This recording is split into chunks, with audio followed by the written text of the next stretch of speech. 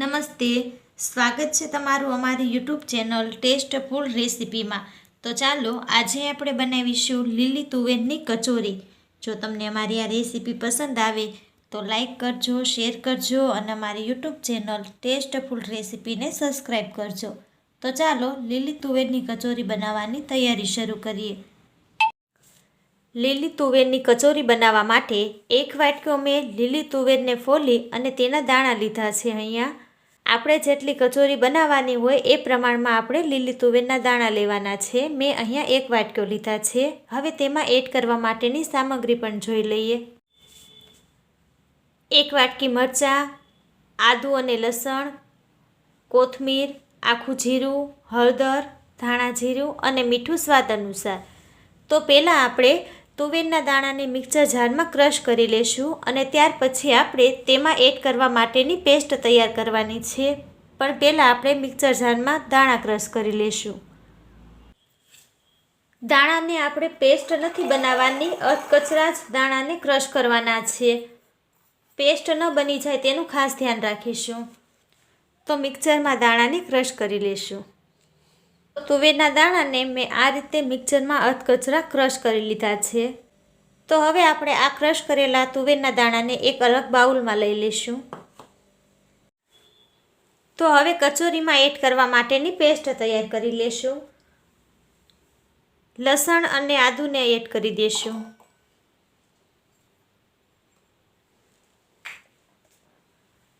ધાણા, લીલા મરચાં, આખું જીરું. કચોરીને ઓર ટેસ્ટી બનાવવા માટે તેમાં 1 ચમચી જેટલી વરિયાળી એડ કરી દઈશું. અને હવે આપણે તેની પેસ્ટ બનાવી લેશું. જરૂર પડે તો આપણે તેમાં પાણી એડ કરવાનું છે, નહીંતર નહીં. પેસ્ટ પણ તૈયાર થઈ ગઈ છે. મેં એમાં 1 ચમચી જેટલું પાણી એડ કર્યું હતું. તો દાણા પણ ક્રશ થઈ ગયા છે તુવેરના અને પેસ્ટ પણ તૈયાર થઈ ગઈ છે. તો હવે લોટ બાંધવાની શરૂઆત કરીશું કચોરી બનાવવા માટે. કચોરીનો લોટ બાંધવા માટે 1 કપ મેંદો અને 1 કપ ઘઉંનો લોટ લીધો છે. ઘઉંનો લોટ અને મેંદાના લોટનું પ્રમાણ એક સરખું રાખ્યું છે અહીંયા, એટલે કચોરીનું પડ છે તે એકદમ ક્રિસ્પી બને. બંને લોટને મિક્સ કરી દઈશું આપણે.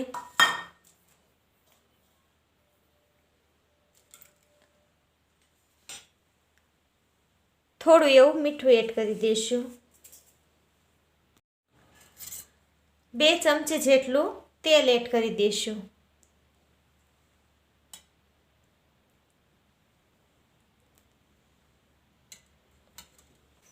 લોટ ઢીલો ન થઈ જાય તેનું ખાસ ધ્યાન રાખવાનું છે. જો ઢીલો થઈ જાય તો કચોરી છે તે ક્રિસ્પી નથી બનતી અને ફાટી જાય છે.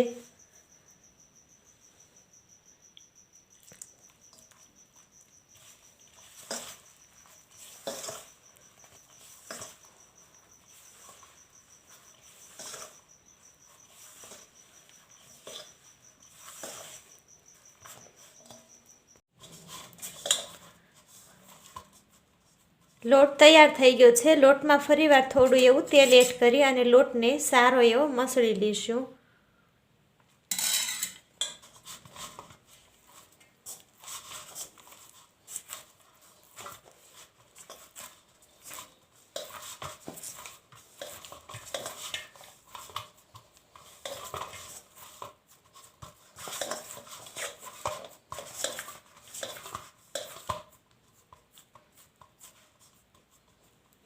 લોટને હવે 10 થી 15 મિનિટ માટે ઢાંકીને મૂકી દઈશું. એક પેનમાં 2 ચમચી જેટલું તેલ એડ કરી દઈશું.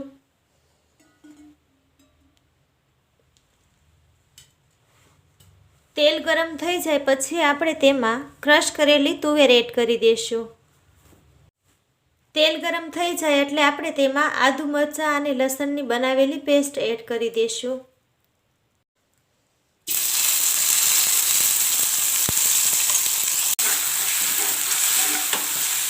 ગેસની ફ્લેમને મીડિયમ રાખીશું.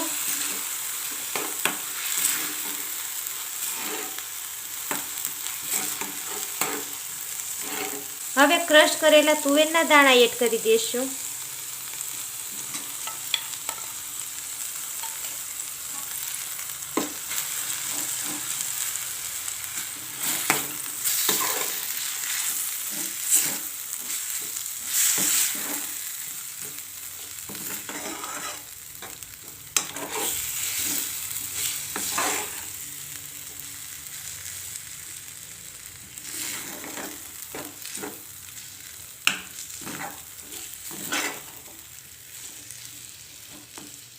ક્રશ કરેલા દાણાને આપણે 7 થી 8 મિનિટ માટે પકવવા દેવાના છે.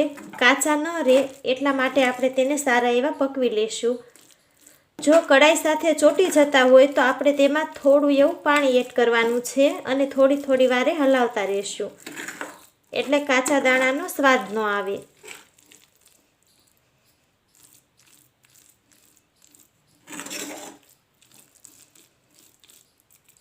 આવી રીતે થોડી વારે હલાવતા રહેશું.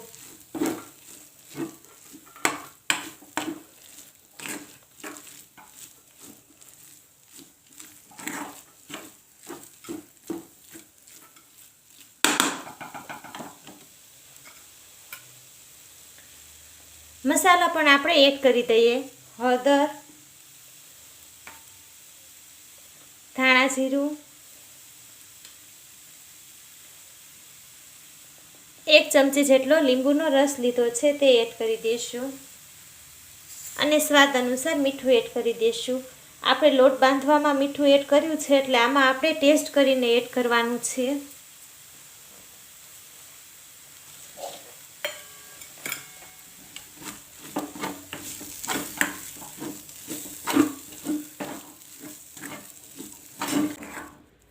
તો કચોરી બનાવવા માટેનું સ્ટફિંગ તૈયાર થઈ ગયું છે. મેં અહીંયા સ્ટફિંગને પકવવા માટે 7 થી 8 મિનિટ કીધી હતી, પરંતુ તેને પકવવામાં થોડો વધારે સમય લાગ્યો છે. 10 થી 15 મિનિટ જેટલો સમય લાગ્યો છે.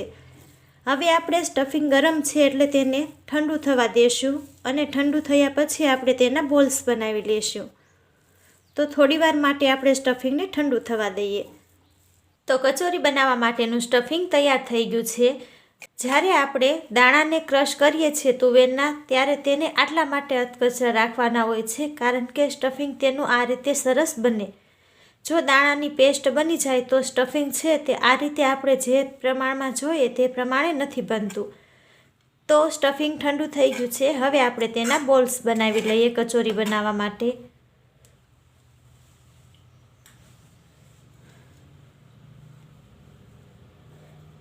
આ રીતે આપણે મીડિયમ સાઇઝના બોલ્સ બનાવી લઈશું.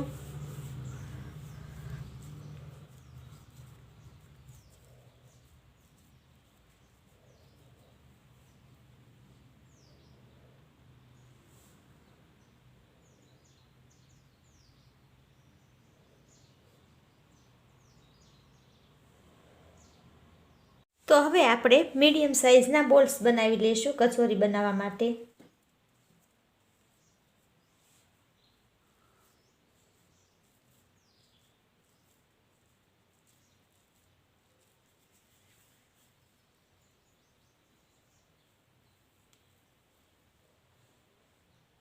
આવી રીતે આપણે બધા બોલ્સ બનાવી લઈએ.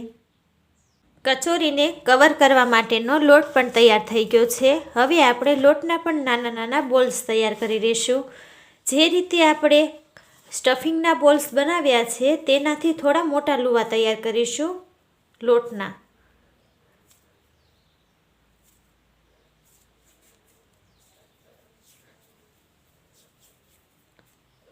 આ રીતે આપણે લુવા તૈયાર કરી લઈશું. કચોરીને આપણે 2 રીતે બનાવીશું.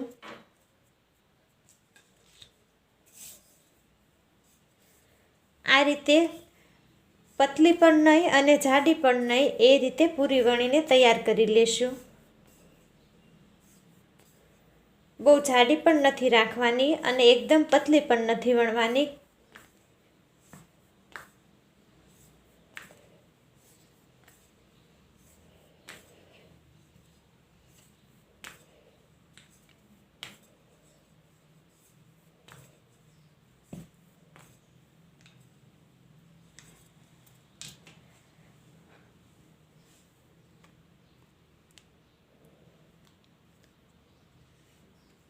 હવે તેમાં આપણે સ્ટફિંગ તૈયાર કરેલી ગોળી મૂકી દઈશું.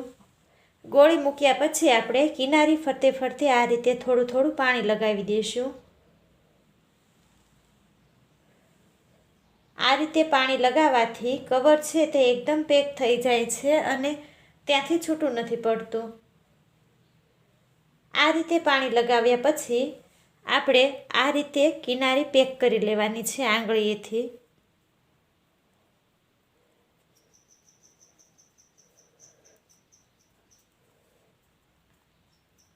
આ રીતે પેક કર્યા પછી વધારાનો લોટ હશે તેને આપણે આ રીતે લઈ લેવાનો છે। ફરીવાર આપણે થોડું એવું પાણી લગાવી અને આ રીતે કવર કરી દઈશું।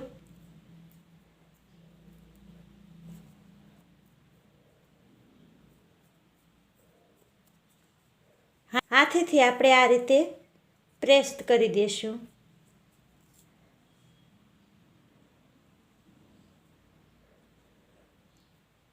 તો આવી જ રીતે આપણે કચોરી બનાવી લેવાની છે। સાથે આપણે બીજી રીત પણ જોઈ લઈએ।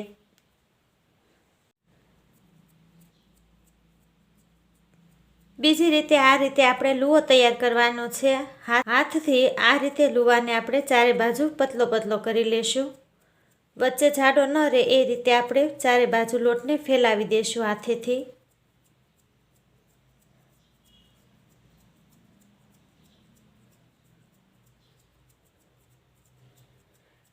કચોરી બનાવવાની બંને રીત ખૂબ જ સરળ છે।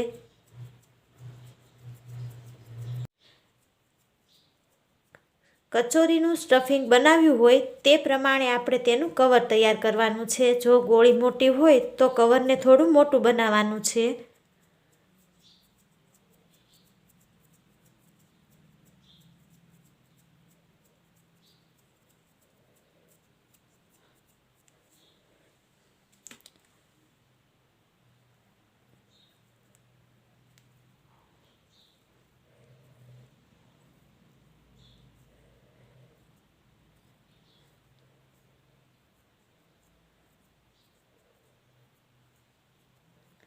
આમાં પણ આપણે જે વધારાનો લોટ હશે તેને આ રીતે લઈ લેવાનો છે અને તેમાં પણ થોડું પાણી લગાવી દઈશું। એટલે આ જે ઉપરનું કવર છે તે ફાટી ન જાય એટલા માટે આપણે પાણી લગાવવાનું છે।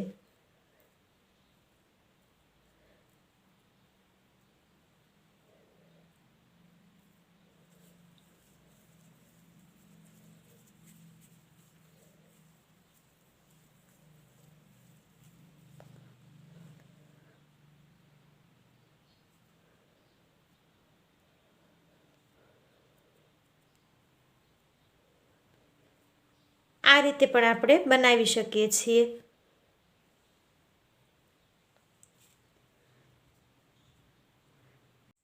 તો મેં આ રીતે બે રીતે કચોરી બનાવીને તૈયાર કરી લીધી છે। હવે આપણે તેને તળવા માટે તેલ ગરમ કરવા મૂકી દઈશું।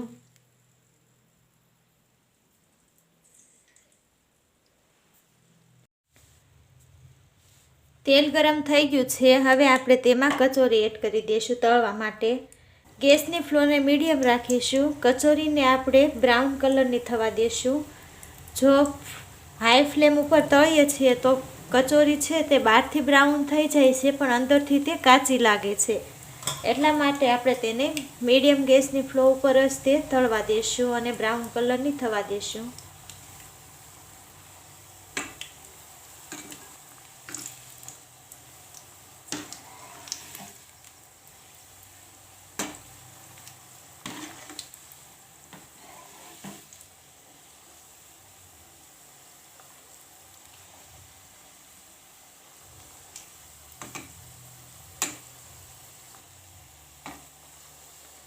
આ રીતે થોડી થોડી વારે પલટાવતા રહીશું।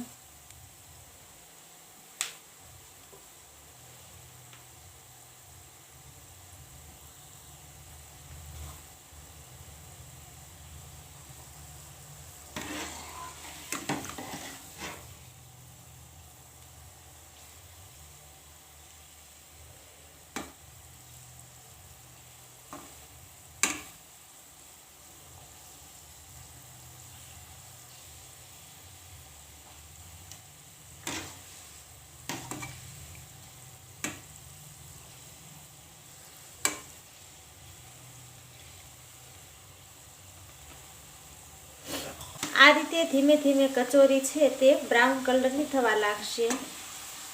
બ્રાઉન કલરની થવા દેવી એટલે કચોરી છે તે એકદમ ક્રિસ્પી લાગે છે અને ખાવાની પણ ખૂબ મજા આવે છે।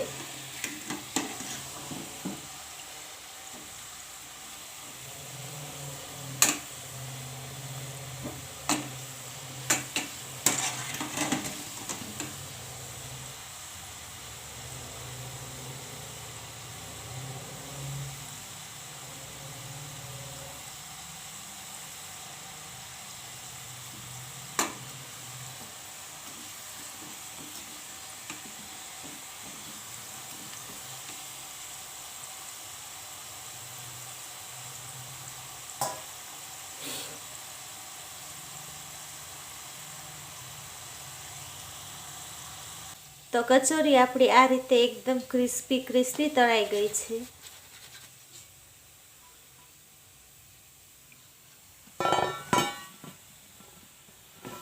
આવી જ રીતે આપણે બધી કચોરીને તળી લેવાની છે.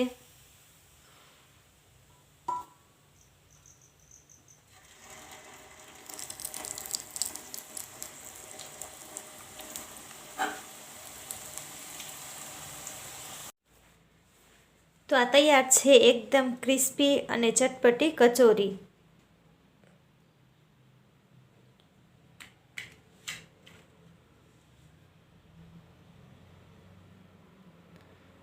જો તમને અમારી આ રેસીપી પસંદ આવી હોય તો લાઈક કરજો, શેર કરજો અને અમારી યુટ્યુબ ચેનલ ટેસ્ટફુલ રેસીપીને સબસ્ક્રાઈબ કરજો.